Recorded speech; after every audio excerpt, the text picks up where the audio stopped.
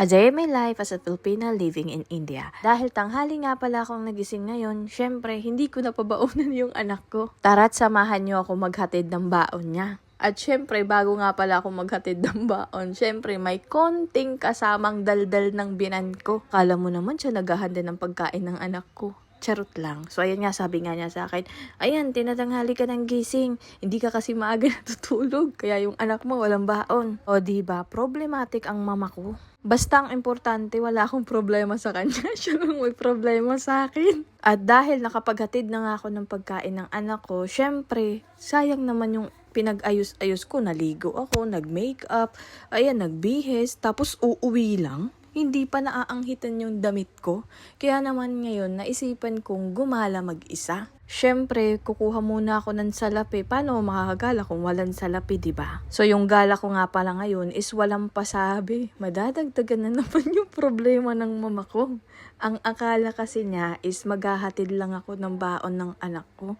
Well, maghahatid lang naman talaga ako ng baon ng anak ko. Pero ayun nga, tinatamad akong umuwi agad. Iniisip ko nga pala ngayon na, saan ba ako pupunta? Iniisip ko pupunta kaya ako ng salon, magpapalinis ng kuko. Pero iniisip ko, ay wag na kasi gusto ko iba naman. So iniisip ko din, bibili pa ako ng bagong salamin? Ay, wag na lang. Kaya naman napaisip ako sumakay dito sa bus. Natawa talaga ako sa sarili ko, guys, kasi ganito talaga ako. Wala kasi akong friendship dito, kaya mag-isa ako ngayon. Sa totoo lang ngayon, iniisip ko, saan kaya ako pupunta? Iniisip ko gusto ko malayo-layo. Wala lang, tinatamad lang talaga ako umuwi. At hindi ko nga din to sinabi sa asawa ko kasi for sure magagalit na naman yan. Kaya naman medyo kinakabahan ako habang nasa biyahe kasi iniisip ko baka mamaya tumawag siya sa akin while nasa biyahe ako. At pinapanalangin ko na sana busy siya para hindi niya ako matawagan. Yan lang, yung sobrang layo. Minsan, hindi ko na alam kung anong gagawin ko sa buhay, kaya naman kung saan-saan na lang ako napupunta. Alam nyo ba, siguro kung hindi ako nakapag-asawa na maaga, siguro no permanent address talaga ako. Kasi nga, hindi ako mapermi sa bahay, guys. Mapermi lang ako sa bahay pag natutulog, ganyan. Pero pag gising na gising ako, ay nako, laging nasa lakwat siya. So ito pa, chika ko nga sa inyo. Alam nyo ba, nung bago ako dito sa India, syempre COVID time, napunta kami dito. Tapos na-quarantine nga kami ng 2 weeks kasi nga COVID, di ba? Bawal ka lumabas. As in, hindi talaga ako makahinga. Kaya naman after ko mag-quarantine, ay nako, lumabas agad ako kasama yung kapitbahay namin. Tapos ayun nga, na-issue nga ako nung pagkalabas ko. Kasi nga, syempre foreigner ako, yung mga mata nandito sa akin. Nagulat yung mga tao, sabi na, ha, sino ako? Ganito kasi mga tao dito, chismosa. So pinapakialaman nila kung sino ako. Tapos ayun, nagalit yung binan ko kasi nga, nalaman nila na asawa nga ako ng asawa ko. Hindi kasi nila alam, guys, na asawa ko ng asawa ko. Akala nila yung asawa ko single pa. Nga, nakatago kami sa Pilipinas. So, akala nila is wala siyang asawa. So, habang nagja-jogging nga pala kami ng kapitbahay naman, yung kaidaran ko is tinatanong siya ng mga tao na, sinong babae na yan? Ganyan. Ground kasi kami nagja-jogging nun. So, kadalasan yung mga nagja-jogging doon is mga kakilala ng biyanan ko o di kaya ng father-in-law ko. So, ayun, na umabot yung kwento doon sa biyanan ko. Tapos, parang nairita yung biyanan ko sa akin at saka sa mga tao. Kasi nga, inunahan ko ng chismis bago malaman nila na may asawa na yung asawa ko. Isa pa naman talaga sa pinakaugali ko is ayaw ko talaga nahahawakan yung leeg ko. Nasasakal kasi ako pagka ganun at iba talaga yung lumalabas na ugali ko pag nahahawakan yung leeg ko. Bakit ba? Inanak kasi ako ng mama ko para hindi maging aso ng mga Indiano. Ang swerte naman nila, asong may lahi. Charot lang. Ayan nga, dito na nga pala ako napadpad sa palakong pasabing galang. So, bago ang lahat, syempre, pupunta muna tayo dito sa lakad-lakad muna tayo at pupunta nga tayo dito sa CR. Syempre, magpapaganda muna tayo, no, para makita nila, ang ganda mo. Tapos, syempre, maganda na tayo at makikita tayo ng mga ibang lalaki. Tapos, mapapatanong sila, ay, single ka ba? Syempre, uunahan na natin para if ever maghiwalay kami. Asawa ko, may pamalit na ako. Charot lang. Dito na ako sa ibang bansa, 'di ba? Pipili na lang ako kung sino yung gusto kong Indiano. Baka mamaya merong Indiano ditong sobrang yaman. Ay, nako. Ano ba yung gusto natin? Charot lang. No yan, ulam, napipili pa. So yan, dito nga pala ako napadpad sa pagkain. Bagong bukas nga pala to sa kanila dito. At walang gaano nga bumibili. Ewan ko, siguro dahil nga, healthy food. So alam niyo naman, pag healthy food, ayan. At habang inaantay ko nga pala yung order ko dito, syempre nagtitingin-tingin muna ako dito sa paligid. Tapos yung light nga pala dito nila is parang nasa disco, on and off. Ewan ko, siguro di nagbayad ng kuryente, charot lang. So ayan nga, dumating na nga pala yung pagkain ko. Dumating na yung pagkain ko, pero wala pa talaga akong nakitang gwapo dito. Ewan ko, sa tagal ko dito sa India, wala talaga akong nakikitang gwapo. Minsan makikita ko yung tao dito. Hindi naman sa pagja-judge, pero sasabihin ko na lang sa inyo.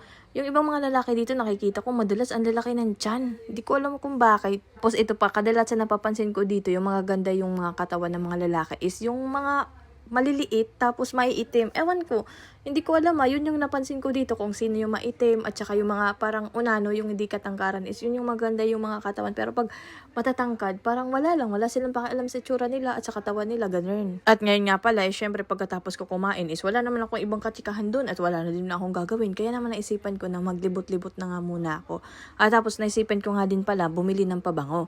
So habang bumibili nga pala ako ng pabango is may katapat nga na tindahan na shop is naisipan ko pumunta doon para bumili ng belt. And then, habang nagpipili nga ako doon, is may narinig nga ako nagtatagalog na Pinay. At syempre, chikadura tayo, kaya naman ayun, tiningnan ko kung sino. Tapos ayun, kakilala ko nga pala. Ang tagal na nga pala niya nag-aaya sa akin na magkita nga kami. Pero minsan kasi is busy ako. Tas ayan, nagkita nga kami ng biglaan. At syempre, tatanungin niyo sa akin na, hala, bakit may sticker? Guys, ayaw niya po talaga na makikita. Siguro baka may atraso to. Charot lang. So, ayaw niya talaga na napopost yung mukha niya sa social media. Kaya ayan, nagpalagay siya ng sticker. So, syempre, kailangan natin itago din yung privacy niya. Ganyan. So, ayan, after nga pala namin mamili, ganyan. So, ayun, medyo nagmamadali na nga pala ako ditong umuwi kasi nga yung anak ko is uuwi na nga siya. So, may tuition pa siya. So, sino maghahatid sa kanya dun sa tuition niya? Syempre, mag-aaway kami ng binan ko.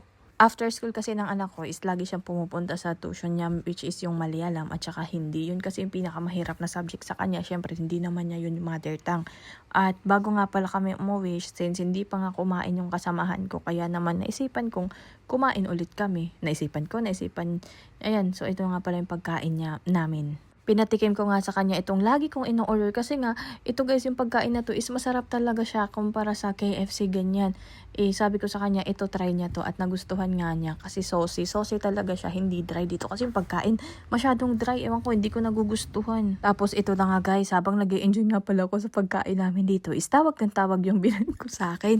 So, hindi ko sinasagot kasi nga, nandito ako kumakain Bakit ko sasagutin? Charot lang. So, hindi ko pa nga pala alam kung ano yung isasagot ko if ever tanungin niya ako kung saan ako. Kasi ayoko naman sabihin ko nandito ako sa mall. Ayan nga, after ilang tawag nga pala sa akin, syempre sinagot ko na kasi baka mamaya mag-alala kung ano nangyari sa akin. Sabihin, hindi na ako marunong umuwi. Kaya naman sabi ko na, andito ako, may sinamahan lang akong kaibigan. Kaya naman, ayan, okay sa kanya. Minsan kasi ayoko na sinasabi kung nasan ako. Wala lang, gusto ko lang ng privacy. Bakit ba? So, ayan nga, ngayon nga pala is naglalakad na nga ako papunta sa sakayan ng bus. So, medyo malayo-layo nga pala tong sakayan ng bus kasi nga meron lang sila ditong parang kung saan ka pwede sumakay, kung saan sila pwede mag-stop, ganun. So, syempre, kailangan natin sundin yun. Kaya naman naglalakad na ako papunta doon at ayan, kung mapapansin nyo, yung ulap sobrang itim na kasi nga paulan na. Ayan na nga, sinasabi ko sa inyo, inabutan na nga pala ako ng ulan dito sa gala ako. So ayan, nagmamadali na nga din pala ako umuwi kasi nga iniisip ko talaga yung anak ko habang nandito ako sa gala. Ang hirap talaga pag may anak ka tapos gala ka. Tapos ayan, ito na nga pala yung mga kasakayan ko. So dito nga pala kami nag-aantay ng bus. If you're going to ask me na, bakit hindi ka na lang matuto mag-drive? Guys, madali lang sabihin pero apakahirap talaga dito sa India. Pag mag-drive ka, mapapansin nyo yan dito. Siguro if matuto ako mag-drive dito, siguro pro na ako. Yung magaling na ako sa Pilipinas din, napunta ako dito. Kasi iba talaga sila dito. Minsan biglang liko, biglang overtake, ganyan. Basta yung mga sakayan dito, minsan konti na lang yung pagitan. Mamaya, maaga tayong sunduin ni San Pedro niyan. Ang hirap ng Hindi pa nga natin na-experience yung sobrang yaman talaga. Tapos magpapasundo agad tayo kay San Pedro. Ay naku, wag na.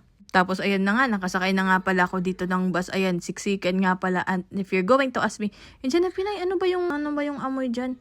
Ewan ko, siguro nasanay na ata ako. At susuka lang tayo pero hindi susungko. Ano yan, lasing. So, ayan lang pala ang ganap ng Indianang Pinay nyo for today's video. Thank you for watching. Please like and follow.